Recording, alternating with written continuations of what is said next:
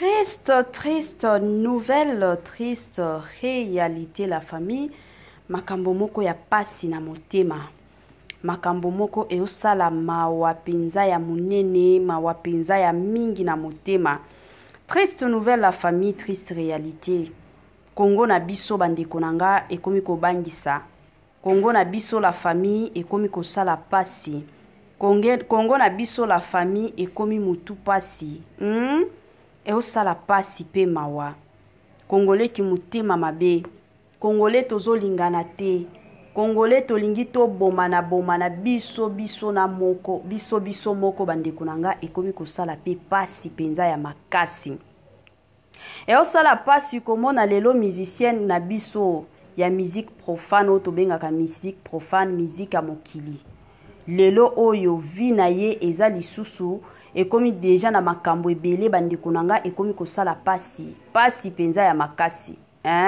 To yeba te na Congo na biso ya lelo soki ba invité yo epai okende te, soki ba bengisi yo na concert boye kokende te, soki ba invité yo peut-être quand ezalaka na ba cérémonie kokende lisusu te.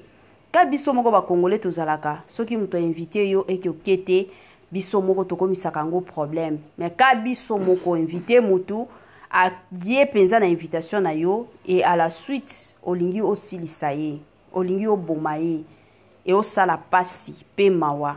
Salut cher Bouchou, salut cher abonnés, salut cher connaissances, salut surtout les amis de Étoile Lune Inès TV. J'espère que vous allez bien. Quant à moi, je suis bel et bien, super bien par la grâce de Dieu. Chers Bouchou, chers abonnés et chers connaissances, Yalelo penza toye na musicienne na bino ya musique profane, toye na musicienne na bino o ya kitoko, Ceux to lobela bato ya kitoko na Congo na biso. Barbara Kanam fait partie pe ya basi to ya bato o bazala kitoko na Congo na biso. Bandeko nanga nini ezoleka? Pourquoi to komi triste nouvelle? Pourquoi to komi triste réalité? Pourquoi to lobi sango ya mawa sango pasi? Makambo eza ya minene.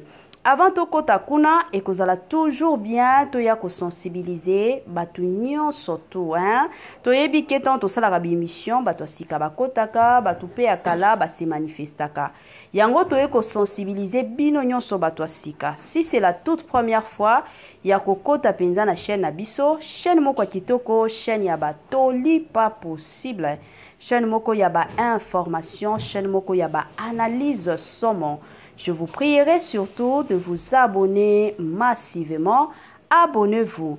Cliquez aussi sur la cloche de notification pour surtout recevoir les nouveautés de notre chaîne.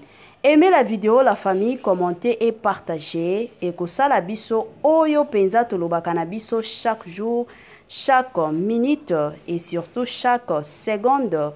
Tokos makasi. Bandeko nanga kandenge tolobaka ezalaka toujours bien ceux que ozolandaka o ya bino na kombo surtout ya Étoile Inès TV. Bozala penza ya kovanda bisika nyonso la famille bozolandaka biso. En tout cas na osenga na bino bozwa penza bakiti na bino bovanda. Tango bozo vanda kawana tia mwa mai na yo pembeni, tia mwa jus na yo pembeni, tia mwa sucre na yo pembeni. Côté mosusu talela PR so que monique no ba oyo na olanda Étoile eza nango tongo na osenga na yo na pete nyonso na osenga na yo na koseka nyonso bandeko nanga kota olia petit déjeuner na yo so que monique no ba oyo eza nango déjà midi oliaka repas préféré na yo na osenga na yo kota olia repas préféré na yo so que monique no eza nango pourquoi Étoile Inès TV a osenga na yo penza kota olia kandenge ezalaka soupe na yo na système moko kaka ya kitoko mingi makasi. Bandeko nanga kande to beta masolo lelo toye penza na ye moko mama na biso, tantine na biso, yaya na biso na kombo surtout ya Barbara Kaname. Mamae 2024 Gavker to yelibino solution. Pour ba problème ya trompe, fibrome, myome, kyste, règle abondante. Gavker to zalina solution. Yo oyo okota ménopause atana 65 ans na Gavker oko simba mwana. Ebongo oyo etali fertilité masculine. Ba papa to bossani binoté, faiblesse sexuelle, éjaculation précoce, insuffisance des spermes, topé agrandissement de pénis. Posaya mwasi et kimayo, kimobali et telemaka bienté. Awa, yo kayango et telemi. Ebongo oyo etali loposo, vergeture, babengi nduta, bouton, tache, acné. Gavker, ba produit ya solo, teint uniforme. Na 5 jours ya pamba, oteli, talendenge bimiki toko na feti. Tozalina, gamme complet, ya Coca-Cola, ya injection, ya comprimé, na ya suppositoire. Yeah. Ozalina problème ya hémorroïde, interne, topé, externe. Papa, maman, kaka na 2 jours ya pamba, omoni changement total. Pour la maladie, tension, diabète, AVC, topé, obésité, lobico et zali, perte de poids, sans okota salle de sport. Kisi a injection, P comprimé, na Gavker, bikalibela. Olingi okima, suki pe mandefu ya pembe, benga biso na lombango, po awa, ozali na solution moko durable. Ba produit na biso nyonso, ezali 100% naturel, pe et salemi, na ba plante, na ba industrie, ya Angleterre, pe Allemagne. Benga biso na numéro oyo, plus 44 74 05 65 35 48. Gavker, solution ya santé na yo.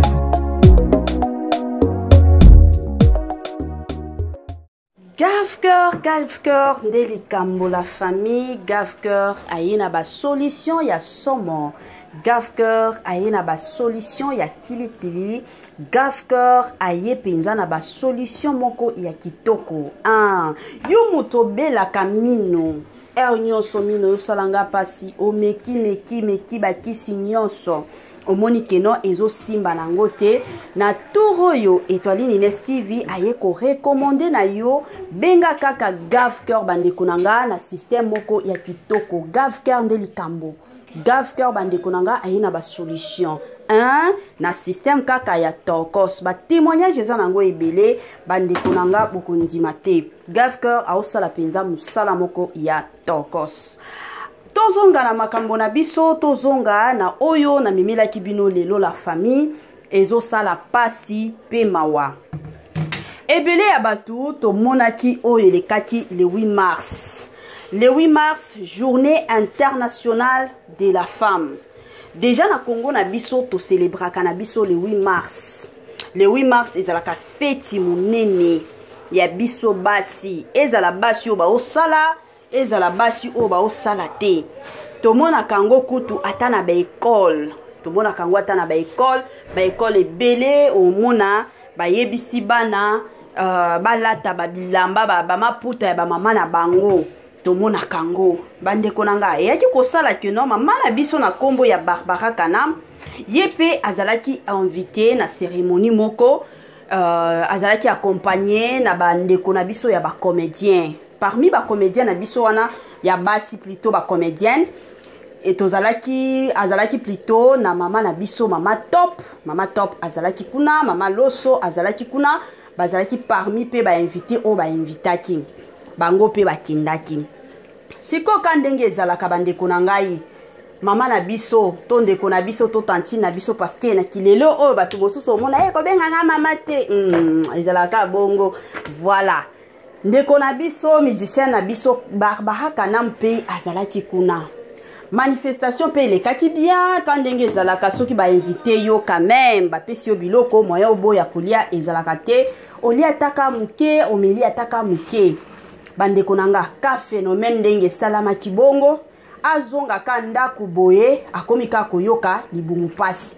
Libungu pasi problème nini libungu pasi libungu komi ko salanga pasi eza nini au juste allez nde aye kotende wapi na hôpital place akindaki libungu sala eka pasi akomi koyoka ba kolemba bomoni kolemba o bato bayokaka kolemba wana ezotika yete na hôpital wana nde baye kosala ba examen kandenge na hôpital na biso basala ka ba examen nde baye konini komona keno batiela ki ende poison alia ki poison na biloko le 8 mars plutôt alia ki poison na biloko wana sikoyo état de santé na ye eza bien te eza nango bien te eza ta bien te ata moke te ebangisi bato ebele kutu bamembre ya famille balingaki te makambo oyo ekota sur les réseaux sociaux mais tant bamoni keno situation ekomi kokende nango mabe raison pour laquelle bazalaki na bango pe obligé ya koya ko informer pe kandenge ezalaka bato ya presse bato ya réseaux sociaux babiso awa ko informer biso que non il faut tolekisa makambo oyo sur les réseaux sociaux parce que moko na bango ndeko na bango na minute oyo akomi empoisonné alors faut makambo oyo eleka to ya kobetela ngo lisolo bandeko na ngai yango bomoni ata na ibandeli émission na ngai na lobi pasi pe mawa mokili mawa te sango ya pasi sango ya mawa bandeko na ngai parce que makambo oyo e osala mabe makasi soki peut-être je m'excuse soki peut-être ba invita kana ba invita ki Barbara Kanam alobaki keno na koya te to a répondre te ye moko na ki ye moko kaka akete ka batu o ba invita ki ye bandaki basilika to invite ye de pas komi na mbongo akomi na ye kaka orgueil atalaka lisusu batu te ata soki bo invite ye akoya na ye te mais mutu se donner peine wana ya koya mais biso communauté na biso totalaka wana te mutu aye donc aussi bo calculele ye déjà que non ndenge azo ya boye tokopesa ye biloko akolia tango akolia wana totiaka poison to éliminer ye bandeko na ngai biso ba congolais tokomi na motema mabe na oyeba te yango na tunaka pourquoi biso ba congolais tokomi koboma na biso na biso toza na batu o bazoboma bandeko na biso na Kivu kuna tozobondisaka bango te totalaka bango kaboy tobundisaka bango te tobundisaka bango te mais tozobundisaka kaka bandeko na biso ya ba congolais tokomi koboma na kaka biso na biso omona oyo kuna abomi oyo o kuna abomi oyo o kuna alingi aboma oyo ekomi nango ka bongo bandeko nanga eosala pasi penza ya makasi na oyeba te soki tokoti na makambo o musique ba poison eke zongi koboma na eke zongi soki tokoti na makambo o bandeko na biso ya maboke ba poison eke zongi na enazo yeba te ekomi nini bandeko nanga siko tango bolingi boboma bandeko na bino ya bakongole bokanisaka nini place na ye wana to mongongo na ye wana kandenge Barbara Kanam ayembaka mongongo penza na ye wana bino nde bokozwango je ne pense pas bokozwango te soki akufi lelo kandenge akokufa na mongongo na ye akenango na succès na ye akenango siko yo muto ozotiela ye poison makanisi na yo ezalaka nini ozotiela ye poison pour que ozwa succès na ye to ozwa mongongo na ye to nini et puis c'est dommage la famille ya omona kana journée de la femme penza oyo Kongo na biso e célébraka mwasi bakumisaka mwasi batombolaka pe mwasi na journée wana kaka bolingi boboma ndeko na bino congolaise mwasi pe mosusu kandenge bokumisaka basi na le 8 mars bolingi boboma mwasi ata bino moko bandeko nanga pona nini kimutema mabe ya bongo niveau ya ndenge nini ya kimutema mabe to kindoki bandeko nanga ezosala pasi penza ya makasi komona biso ba congolais tokomi koboma na biso na biso tokomi kosala bisala sala biso na biso tokomi koluka échec ya mutu to mabe ya mutu biso na biso ekomi kosala pasi penza ya makasi la famille aya mosusu na oyoka na soni yango na lobaka toujours aya mosusu okoki kokende mwa bisika moko boye baotuna yo ozalaka mutu wa wapi moya ata kutu ya koloba keno nazalaka congolaise nakomi koyoka na soni pourquoi kotala makambo oyo bandeko na biso lelo bakomi kosalela bandeko na nga ekomi penza pasi ya makasi bandeko na nga pe mawa eosala pasi yango ka ndenge toyaka na batoli ka ndenge toyaka kopesa baconseil ka ndenge bandeko na nga tobetaka masolo ka ndenge tosololaka na mondi ya lelo ifo tozalaka keba eza na bato mosusu bandeko na nga bino bakolakisa bino keno balingaka bino oza na bamoma moko boye ye wana zoya apesi yo na baverset biblique ate yo na koteya nzoka na sese na kati kuna alingi yo te asepelaka kutu na yo te alingaka ta kutu kosentir yo te. Le cœur de l'homme est méchant. Bandeko tozalaka keba na bandeko o toza na bango lelo batu mosusu yo kanisa keno azala camarade nanga nzoka ennemi na yo numéro 1 batu o babomaka biso bazalaka batu o bazalaka musika te bazaka batu moko o baza pembeni na biso batu moko ya pembeni o penza tolobaka pembeni penza ya makasi. Alors bandeko nanga tozala keba penza makasi tozala keba na batu oyo tobetaka masolo mutu tela invité yo na feti yo wana ba invité kinga na feti eza kutu na batu mosusu parce que ba invité ki na feti ti na église okende na ete et comme toyebi ke mingi ba feti mingi ekoma nango ka dimanche ezala ta ba mariage au mona batu mosusu ba préférer na bango ka dimanche parce que to moni déjà na ba misala ebele la plupart a bato bakomi kosala ti na ba samedi yango mona bato ebele bakomi kotia ba feti na bango dimanche anniversaire dimanche siko mona bato mosusu na anniversaire bongo nga kutu na église na okende te na s'apprêter kaka na kende feti to kendo lia kuna to kendo mela tango zo kende wana est-ce que oyebi esprit to makanisi to ba plan ya mutu oyo azo invitaka yo oyebi yango te oyebi yango te bandeko na ngai oyebi yango te.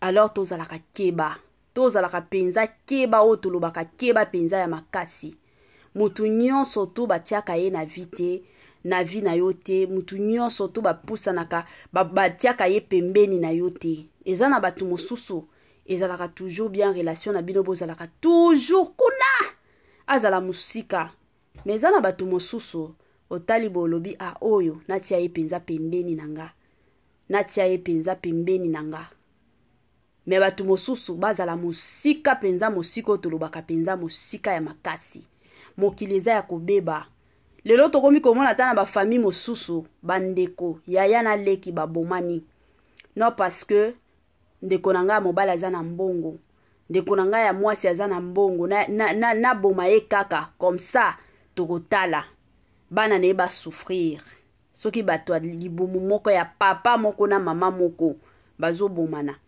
que dur batu mosusu. Alors bandeko nanga tozalaka keba penza ya makasi yango na ye kosenga ka na bino bozalaka keba ba feti nyonso bakendaka te ba invitation nyonso bandimaka te kuto ta ba invitation mosusu ba église lelo tokomi komona ba poison ti na ba église na kala wana ezalaki kaka na ba cérémonie ba feti boye mais ya kilelo ba invité pasteur Kinganja kendo te ya soki wapi basi batie poison na ba micro batie poison na ba kiti donc ba poison ekomi nango kilikili soki lelo basala nzambe bakomi kokufa na ba poison que dire les autres.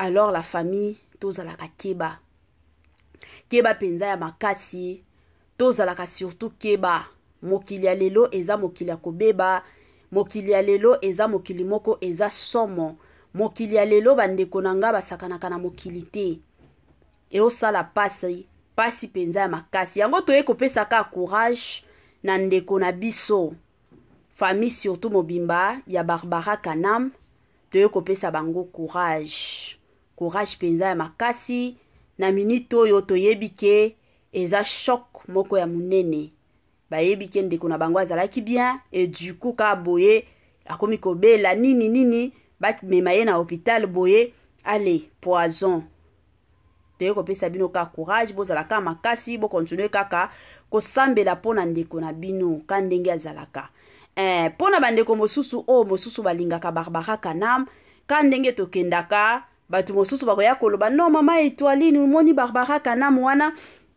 ye aza mutu moko akotaka na ye aza mutu moko ya ba musique profane est-ce que ayebi nzambe ngana lobaka nanga toujours et encore que non ndenge zabwe na mokili oyo goti ko juger mutu te ezana batu mosusu bayembaka makambo ya nzambe bayembaka ba musique gospel bino bokanisi keno basala nzambe nzoka na fond bayembelaka na bango nzambe te bazana mutu o bayembelaka to bayembaka na bango pona mbongo ezana batu mosusu pe ba oyemba ba musique profane mais na fond kuna bazaba na nzambe. Donc makambo oyo na mokili oyo moya to jijaka mutu ezate yango na yeko senga kana ba fan ya Barbara Kanam de partout au bolandaka Etoiline Ines TV. En tout cas botie kana ba prière nde ekosunga mingi makasi ba prière na bino ba prière na biso et osala ke non nzambe alola akoyokela ye mawa nzambe alola akozala toujours elongo na ye nzambe alola akokene toujours ko protéger ye na ko sécuriser ye na système moko kaka ya kitoko mingi makasi. Bandeko nanga kandenge tobetaka na biso masolo bosalela biso ba partage na système moko kaka ya toko. Rendez-vous à ne pas manquer le 19 mai 2024 au stade de Martyr avec le pasteur Moïse Mbiye. Bienvenue, welcome, karibu kwa wote. L'invitation est cordiale à tout le monde, la famille dans mutu nyonso openza azalaka na posa okota na mozindo ya prière. Rendez-vous le 19 la famille na stade de Martyr avec le pasteur Moïse Mbiye. Jour wana bandeko nanga, adoration sur adoration, louange sur louange. Jour wana batu oyo babelaka, batu oyo bakota ba jeune na ba jeune ba priya ba solution exactement. Jour à le 19 la famille et kozalande somo stade des martyrs. Est-ce que vous êtes prêts? Est-ce que vous êtes prêtes? Wana toromona na kaka le 19 mai na stade de Martyr avec le pasteur, le plus grand pasteur surtout de la République démocratique du Congo na stade de Martyr.